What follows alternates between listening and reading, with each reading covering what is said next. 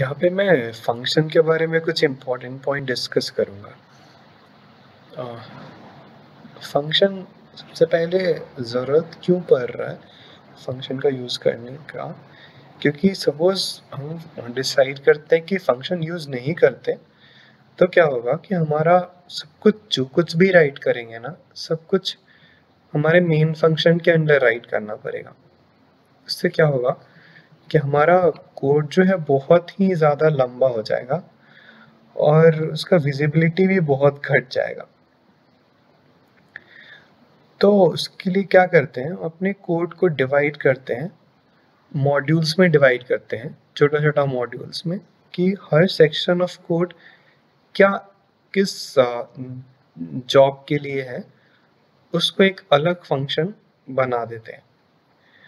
और और ऐसे-ऐसे करके अपने कोड को हम लोग छोटे-छोटे पार्ट में डिवाइड करके और सबको एक फंक्शन में डाल देते हैं और उस फंक्शन को कॉल करते हैं अगर ज़रूरत होता है तो। तो इससे बहुत हेल्प मिलता है एक्चुअली फंक्शन लिखने से, बहुत सारा हेल्प है, पर मेन जो फ़ायदा है वो तुम्हारा एक कोड में विज़िबिलिटी बढ़ता है कि तुमको मतलब रीडेबिलिटी बढ़ता है अगर मैं बोलूँ तो। तुम अच्छे से तुम्हारा कोड दिखेगा क्लियरली, कहाँ पे कैसे लिखा है। और एक साथ सब कुछ लिख दोगे तो देख के भी समझ में नहीं आता। तो उस सेंस में ऐसे चंक्स में डिवाइड करके फंक्शन में डालना अच्छा है। और भी बहुत सारा है, जैसे सपोज़ तुमने अपने पूरे कोड को डिवाइड कर दिया चंक्स में, तो तू इजीली डिबग कर सकती है कि कौन से फंक्शन में प्रॉब्लम आ रहा है। तो तुम इजीली टेस्ट कर सकती है कि कौन से फंक्शन में प्रॉब्लम आ रहा है, वहाँ जाके उस फंक्शन में तुम ये कर सकते, चेंज कर सकते हैं। तो फिर ये बाकी कोड को अफेक्ट नहीं करेगा। उसी तरह से अगर तुझे कुछ चेंज करना है उस फंक्शन में, लॉजिक में कुछ चेंज करना है, तो तू बस उस फंक्शन में एक जगह जाके चेंज कर और हर जगह से जो कॉल हो रहा है वो फंक्शन, तो बस कॉल करेगा और चेंज रिफ्लेक्ट करेगा उधर। तो ये सब है। और फंक्शन कब लिखते हैं, हम लोग फंक्शन में कब डालते हैं किसी पीस ऑफ कोड को, तो ये लोगों में कन्फ्यूजन होता है कि मैं एक एक कोड को मैं फंक्शन में डालूँ या ना डालूँ। तो अगर एक तो 2 मेन जगह पे मैं फंक्शन यूज़ कर सकता हूँ। एक है कि सपोज़ तेरा मेन फंक्शन बहुत ही लंबा हो रहा है, तो बेटर है कि तू ऐसे कोड को एक फंक्शन में रख दे, जो एक साथ कलेक्टिवली कोई एक जॉब परफ़ॉर्म कर रहा है। वो सारा सपोज़ वो चंक जो है कोड का एक दूसरे से रिलेटेड है। एक एक कोई काम कर रहा है वो सारा लाइन्स मिलके। तो उस सिमिलर पीस ऑफ कोड को तुम एक अलग जगह पे रख के एक फंक्शन में डाल सकते हो। फिर दूसरा है कि दूसरा ये हो सकता है कि दूसरा मुझे याद नहीं आ रहा, मैं सोच के बोलता हूँ। हाँ, हाँ, दूसरा ये हो सकता है कि सपोज़ एक सिमिलर पीस ऑफ कोड बार-बार तुझे लग रहा है कि लिखना पड़ रहा है। एक सिमिलर पीस ऑफ कोड बार-बार एग्ज़ीक्यूट हो रहा है, तो तू सपोज़ 3 या 4 या 5 लाइन का कोई कोड है जो बार-बार उसको लिखना पड़ रहा है। तो बार-बार सेम पीस ऑफ कोड को लिखने से अच्छा है कि एक फंक्शन के अंदर डाल डाल के अलग सेपरेट रख दो और उसको बार-बार कॉल करो। तो ये कुछ केसेस हैं जहाँ पे फंक्शन कॉल कर सकते हैं और कॉल करना चाहिए। तो फिर इसके बाद ये कन्फ्यूजन नहीं होना चाहिए कि कहाँ पे फंक्शन कॉल करेंगे। ठीक है, चलो आगे बढ़ते हैं। हाँ,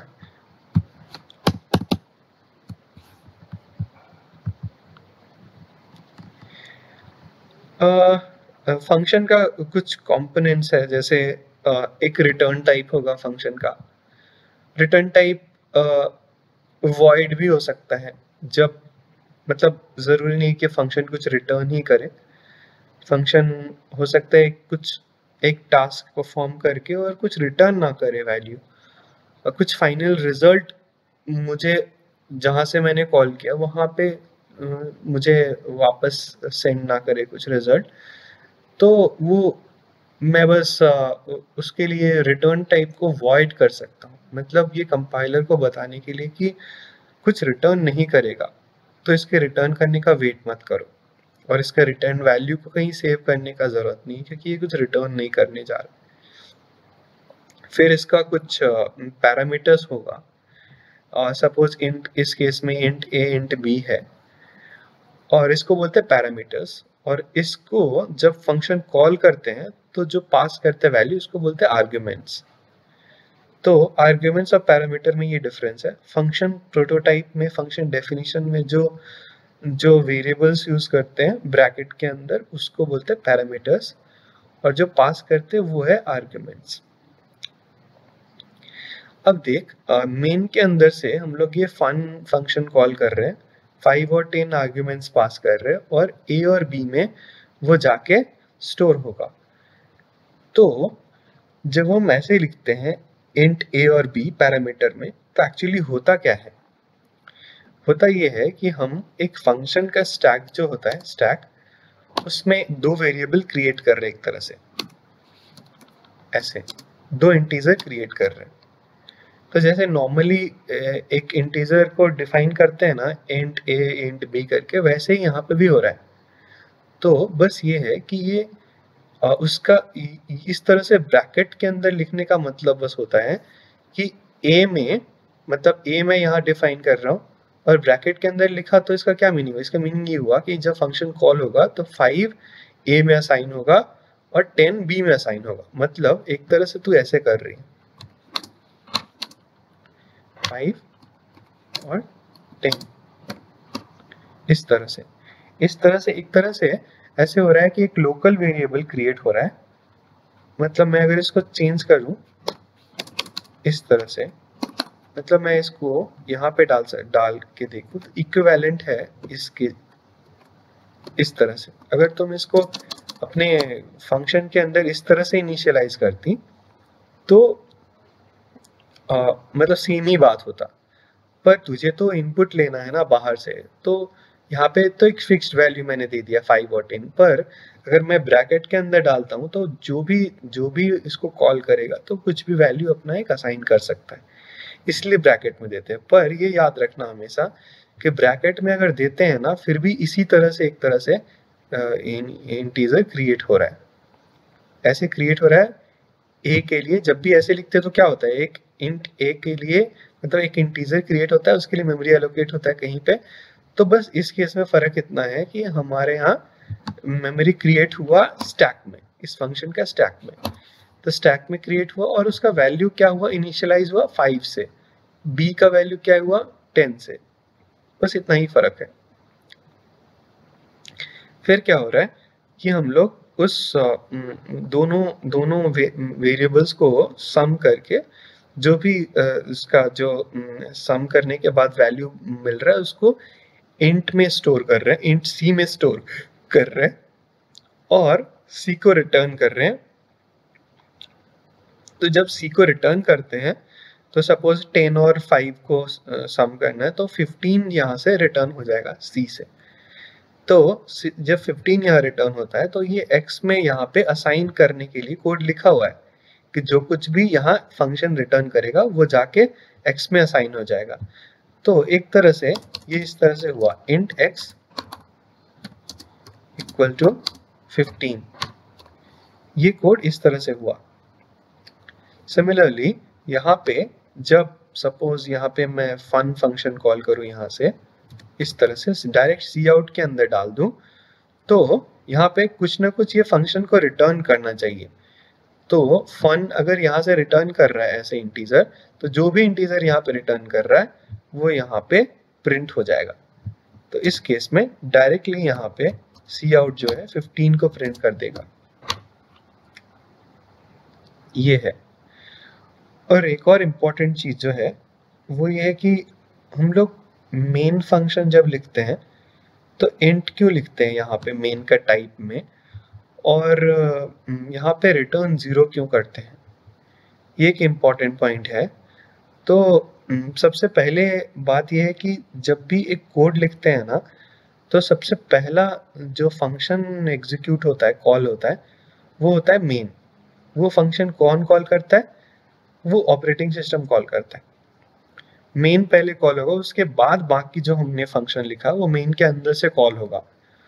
तो अगर हमने कहीं पे भी डिफाइन किया है कोई अपना फंक्शन, तो उसको मेन के अंदर से कॉल करना होगा, नहीं तो वो कॉल नहीं हो सकता।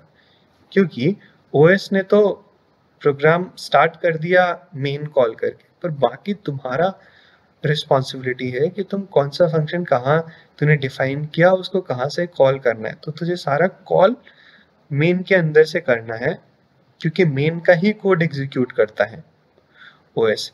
ओएस कॉल कर रहा है मेन को, और मेन के अंदर जितना लाइन्स है वो एग्जीक्यूट हो रहा है। तो तुझे अपना फंक्शन कॉल उधर ही डालना होगा ताकि वो एग्जीक्यूट हो। तुम्हारा फंक्शन कॉल होगा तो वो कहीं और जो डिफाइन किया फंक्शन है वो कॉल हो जाएगा, तो तेरा काम हो जाएगा, पर तुझे यहाँ यहीं से कॉल करना है। तो ये है। तो पहला पॉइंट तो ये कि ये सबसे पहला फंक्शन जो एक कोड का एग्जीक्यूट होता है वो होता है मेन। और जब मेन एग्जीक्यूट होता है तो line by line, one by one ऐसे ऐसे एग्जीक्यूट होता है। लास्ट में रिटर्न 0 करने से क्या होता है, ओएस को 0 मिलता है जब, तो समझ जाता है वो कि ओके लास्ट लाइन तक ये एग्जीक्यूशन गया है, मतलब पूरा मेन फंक्शन सक्सेसफुली एग्जीक्यूट हुआ है। अगर वह 0 नहीं मिलता तो उसको लगता कि ये वो अज्यूम करेगा कि फंक्शन सक्सेसफुली एग्जीक्यूट नहीं हुआ मेन फंक्शन, तो मतलब मेन का जो टास्क था वो सक्सेसफुली कंप्लीट नहीं हुआ। इसीलिए यहाँ पे रिटर्न 0 करते हैं।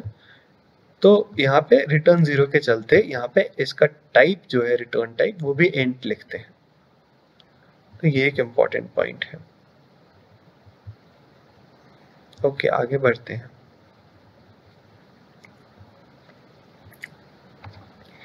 एक चीज होता है कि मतलब जब हम फंक्शन अपनी फाइल में डिफाइन करते हैं, तो अगर हम सपोज यहाँ से फंक्शन कॉल किए और नीचे फंक्शन का डेफिनेशन लिखते हैं, तो क्या होगा, कंपाइल करने टाइम ये फंक्शन नीचे क्योंकि लिखा हुआ है इसलिए कंपाइलेशन एरर आएगा। उसका कारण ये है कि वो सिक्वेंशियली हमारा कोड एग्जीक्यूट होता है। तो पहले ये वाला कोड एग्जीक्यूट होगा, देन ये एग्जीक्यूट होगा, और कंपाइलेशन भी इसी ऑर्डर में होगा। तो जब ऊपर का ये सबसे पहले मेन कॉल होता है ना, तो मेन जब आएगा, मेन का पहला लाइन, तो ऐड फंक्शन कॉल होगा। ऐड फंक्शन अभी तक कंपाइलर ने देखा ही नहीं है क्योंकि ये नीचे लिखा हुआ है, तो ये अभी तक देखा ही नहीं इसने। तो क्या होगा, इसका डेफिनेशन तो है यहाँ पे, तो वो तो तब होगा जब कॉल होगा, तब डेफिनेशन पे जंप करता है ना। पर कंपाइलेशन के टाइम पे इसको इसका प्रोटोटाइप चाहिए, कि मतलब कंपाइलेशन में बस ये देखता है कि प्रॉपर फंक्शन कॉल हो रहा है कि नहीं, सही आर्ग्यूमेंट्स के साथ हो रहा है कि नहीं, उसका रिटर्न टाइप जो है उसी तरह से कॉल किया गया है कि नहीं, मैच कर रहा है कि नहीं, फंक्शन का जो टाइप है और फंक्शन कॉल है वो एक दूसरे के साथ मैचिंग है कि नहीं, वो कंपाइलेशन के टाइम पे चेक करता है। पर कंपाइलर को यहाँ पे अभी तक दिखा नहीं है, क्योंकि वो उसने वन बाय वन ऊपर से कंपाइल करना शुरू किया है, तो इसीलिए कंपाइलेशन एरर आता है यहाँ पे। तो इसके लिए हम लोग क्या करते हैं कि इस ऊपर में यहाँ पे अगर सपोज मुझे डेफिनेशन यहीं पे लिखना है इसका, तो मैं क्या करूंगा, इसका डिक्लेरेशन इस फंक्शन का मैं यहाँ पे डाल दूंगा। अब क्या होगा, कंपाइलेशन एरर नहीं आएगा, क्योंकि कंपाइलर बस यहाँ पे चेक करेगा कि यहाँ पे एंट दो इंटीजर वेरिएबल पास हो रहा है, तो यहाँ पे देखिए हाँ 3 और 4 पास हो रहा है यहाँ पे। और इसका रिटर्न टाइप अगर यहाँ पे सी आउट में यूज करें, मतलब कुछ तो रिटर्न करना चाहिए था, तो यहाँ पे इंट रिटर्न हो रहा है, तो कोई प्रॉब्लम नहीं है इसको, तो ये मैच कर गया। तो कंपाइलर अज्यूम करेगा कि ये सही फंक्शन कॉल हो रहा है। दूसरा एक तरीका ये हो सकता है कि यहाँ पे डिक्लेरेशन ना लिख के अपने डेफिनेशन को हम लोग ऊपर लिखते हैं नीचे के बजाय। अब क्या होगा, जब हम फंक्शन को डिफाइन करते हैं ना, तो इसका डिक्लेरेशन अगर मतलब ऐसे ऊपर में डिफाइन करते हैं तो कंपाइलर ऐसे होके आता है ना ऊपर से नीचे, तो उसको दिख जाएगा इसका मतलब हाँ एग्जीक्यूशन फंक्शन कोड का एग्जीक्यूशन मेन से स्टार्ट होता है, पर कंपाइलेशन इस ऑर्डर में वो शुरू कर सकता है कंपाइलर ऊपर से नीचे। तो वो देखिएगा कि इंट ऐड बोल के एक फंक्शन है, तो वो जब कॉल करने जाएगा तो उसको पता रहेगा कि हाँ यहाँ से मैच करा लेगा। इसका इसका प्रोटोटाइप भी यहाँ पे है ना, देखो पहले लाइन में इसका प्रोटोटाइप भी है, मतलब इसका डिक्लेरेशन अलग से करने का मुझे जरूरत नहीं है, ये डेफिनेशन ही इसका काफी है मतलब। तो ये इसका प्रोटोटाइप कंपाइलर क्या करता है, बस प्रोटोटाइप के साथ वो उसका कॉल के साथ मैच कराता है कि सही फंक्शन कॉल हो रहा है कि नहीं, सही तरह से कॉल हो रहा है कि नहीं। तो ये डेफिनेशन को देख के भी मैच करा सकता है, क्योंकि डेफिनेशन में प्रोटोटाइप मिल जाएगा उसको। तो यहाँ से अगर मैं इसको फंक्शन को ऊपर यहाँ पे मेन के ऊपर रख दूं तो कंपाइलेशन एरर नहीं आएगा। नहीं तो जो मैंने पहले बोला था कि अगर केवल ये फंक्शन को मैं अगर नीचे लिखना ही है, सपोज मुझे इसका डेफिनेशन में कुछ चेंज नहीं करना, उसको पोजीशन को भी चेंज नहीं करना, तो इसको बोलते हैं डिक्लेरेशन बोलते हैं फंक्शन का, और इसको फॉरवर्ड डिक्लेरेशन भी बोलते हैं। ये ज्यादा फेमस टर्म है फॉरवर्ड डिक्लेरेशन, मतलब डिफाइन करने से पहले तूने डिक्लेयर कर दिया, इसलिए फॉरवर्ड डिक्लेरेशन।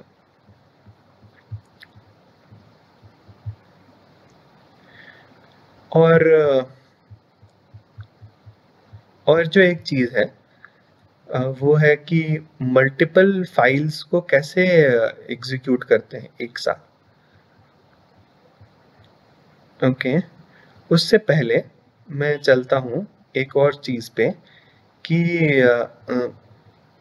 जब फंक्शन कॉल करते हैं, यहाँ पे चलता हूँ, जब फंक्शन कॉल करते हैं तो यहाँ पे देख 4 और 5 तूने पास किया, और 5 और 10 एक फंक्शन कॉल में, और यहाँ पे रिसीव किया। तो ये जो कॉल है ना, वो उसको बोलते हैं पास बाय वैल्यू। मतलब तूने 4 पास किया इस, तो यहाँ पे 4, इसमें 4 असाइन हो गया। सपोज मैं यहाँ पे थोड़ा चेंज करता हूँ, इसमें यहाँ पे मैं एक इंट x लिखता हूँ, x equal to 1, int y equal to 2, और यहाँ पे मैं फन कॉल करता हूँ x और y करके। तो क्या हो रहा है कि ये अभी भी यहाँ पे जो कॉल हो रहा है वो पास बाय वैल्यू है, मतलब x का वैल्यू मैंने पास कर दिया a में, पर केवल क्योंकि मैंने जस्ट उसका वैल्यू पास किया x का a में, तो क्या हो रहा है कि अगर a में कुछ चेंज करता हूं मैं अंदर फंक्शन के अंदर, तो x में वो चेंज रिफ्लेक्ट नहीं करेगा, क्योंकि जस्ट मैंने वैल्यू कॉपी किया है। वो इस तरह से हुआ actually, int a equal to x, तो x में जो भी था वो मैंने a में कॉपी कर दिया, जस्ट वैल्यू कॉपी किया। तो अगर 1 वैल्यू था तो 1 जस्ट a में असाइन हो जाएगा। अब मैं a में कुछ भी चेंज करूं, उसका x के साथ कोई रिलेशन नहीं। तो ये हुआ पास बाय वैल्यू। पर अगर मैं यहाँ पे इसको रेफरेंस कर दूं दोनों को,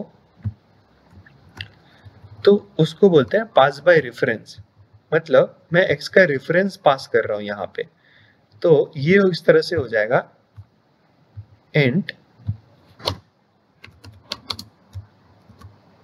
a x, मतलब है कि मैं रेफरेंस ले रहा हूं। यहाँ पे अगर मैं ऐसे लिख दूं, इंट a लिख दूं, तो जो भी पास हो रहा है वेरिएबल उसका रेफरेंस मैं ले रहा हूँ। इसका मतलब है कि अब वैल्यू तो कॉपी हो ही गया x का इसमें, लेकिन फर्दर अगर a में कुछ चेंज होगा तो वो x में भी रिफ्लेक्ट करेगा, क्योंकि अब रेफरेंस का मतलब है कि जो भी a में कुछ करेंगे तो वो x में एक्चुअली चेंज होगा, क्योंकि दोनों का एड्रेस सेम ही रह जाता है। तो दोनों same variable with different names के जैसे बिहेव करने लगता है, कि दोनों सेम ही एक्चुअली दोनों इंटरनली दोनों सेम लोकेशन को पॉइंट करता है। तो इसका इससे क्या होता है कि सेम ही लोकेशन को अगर पॉइंट कर रहा है तो जो भी तुम चेंज करो वो उस लोकेशन पे जाके चेंज कर रहा है।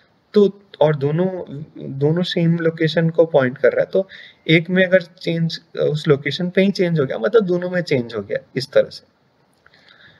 तो ऐसा है। तो इसके लिए जब रेफरेंस पास बाय रेफरेंस करते हैं तो अब जाके अगर मैं फंक्शन में ए में कुछ चेंज कर दूं तो एक्स में वो चेंज नजर आएगा मुझे। वो एक है। तीसरा तरीका ये है कि मैं इसको पास bye pointer pass by address करूं। तो इस केस में मुझे यहां से एक्स का एड्रेस पास करना होगा और वाई का भी एड्रेस पास करना होगा। तो ये देख इस केस में इस तरह से होगा, जब फंक्शन कॉल होगा तो हमारा इस जगह पे ये जो पार्ट है कोड का इस तरह से बिहेव करेगा। int star a equal to यहाँ पे इसका एड्रेस, तो ये होगा ऐसे। तो क्या हो रहा है, a में x का एड्रेस असाइन कर रहे हैं हम लोग। तो क्या हो रहा है कि अगर यहाँ पे मैं अंदर यूज करूं a स्टार और b स्टार, तो मुझे x का जो वैल्यू है और y का वैल्यू है a और b स्टार में मिल गया। अगर फर्दर मैं चाहूं कि a में कुछ चेंज करूं, a स्टार को मैं सपोज 5 कर दिया, तो ये x का भी वैल्यू को यहाँ पे 5 कर दे, क्योंकि दोनों का एड्रेस सेम है। मैं एड्रेस पे जाके चेंज कर रहा हूँ ना वैल्यू, इसीलिए मुझे x में भी वो चेंज दिखेगा। तो ये चीज है। तो ये तीन चीज हुआ, पास बाय वैल्यू, और ये हुआ पास बाय रेफरेंस, ये हुआ पास बाय एड्रेस। एक इंपॉर्टेंट चीज क्या है, रेफरेंस अगर मैं पास करता हूं सपोज यहाँ पे, तो रेफरेंस पास करने के केस में क्या होगा, सपोज मैं चाहता हूं कि जस्ट मैं इसका वैल्यू मतलब कॉपी करूं वैल्यू को, पर मैं अगर ये नहीं चाहता कि इसमें कुछ चेंज कर दे, मैं पास बाय रेफरेंस ही करना चाहता हूं, पर मैं चाहता नहीं हूं कि x और y में कुछ चेंज आए। ऐसे तो जनरली होता नहीं है कि कोई पास बाय रेफरेंस करे और ये ना चाहे कि x में चेंज ना हो। इसका इंटेंशन यही होना चाहिए। अगर कोई पास बाय रेफरेंस करता है मतलब इंटेंशन होना चाहिए कि मैं अपने मेन फंक्शन का लोकल वेरिएबल को यहाँ से एक्सेस कर सकता हूँ प्लस चेंज भी कर सकता हूँ। पर अगर फिर भी कोई नहीं चाहता है कि चल मैं रेफरेंस से पास किया पर चेंज नहीं करना चाहता, बस जस्ट रीड करना चाहता हूँ, तो यहाँ पे कॉन्स्ट कर देगा। तो यहाँ पे क्या होगा, कॉन्स्ट करने की वजह से तुम रीड तो कर सकते हो, ए का मतलब ए में एक्स का वैल्यू तो चला गया, तो रीड कर सकते हैं एक्स का वैल्यू को, पर एक्स में यहाँ से चेंज नहीं कर सकते क्योंकि अब फर्दर तुम ए में कुछ चेंज नहीं कर सकते। तो क्या होगा, एक्स का वैल्यू चेंज नहीं होगा बाहर से। पर ये जनरली ऐसा होता नहीं है, क्योंकि रेफरेंस जब पास करते हैं तो हमारा इंटेंशन होता है कि कोई उस फंक्शन से मेरा मेन के अंदर का जैसे वेरिएबल है तो उसको मॉडिफाई कर सकता है, इस सेंस में होता है, मतलब similar to pass by address. तो एक तरह से तुम देखोगे कि पास बाय रेफरेंस और पास बाय एड्रेस ये दोनों सेम ही है एक तरह से, बस उसका सिंटेक्स में डिफरेंस आता है कि तुम पास बाय एड्रेस करने से तुझे स्टार और एम्परसेंड ये सब यूज करना पड़ेगा, और यहाँ पे अगर रेफरेंस करते हैं तो बस रेफरेंस लेने के टाइम पे यहाँ पे एम्परसेंड करते हैं, डिफाइन करने के टाइम पे उस वेरिएबल को। अदरवाइज मैं बस उसको ए और बी ऐसे यूज कर सकता हूँ, मुझे स्टार और ये एम्परसेंड ये सब यूज नहीं करना पड़ेगा, उसका टेंशन नहीं लेना पड़ेगा। इसके लिए पास बाय रेफरेंस ज्यादा अभी के टाइम में यूज़फुल हो रहा है, ज़्यादा यूज़ कर रहे हैं लोग।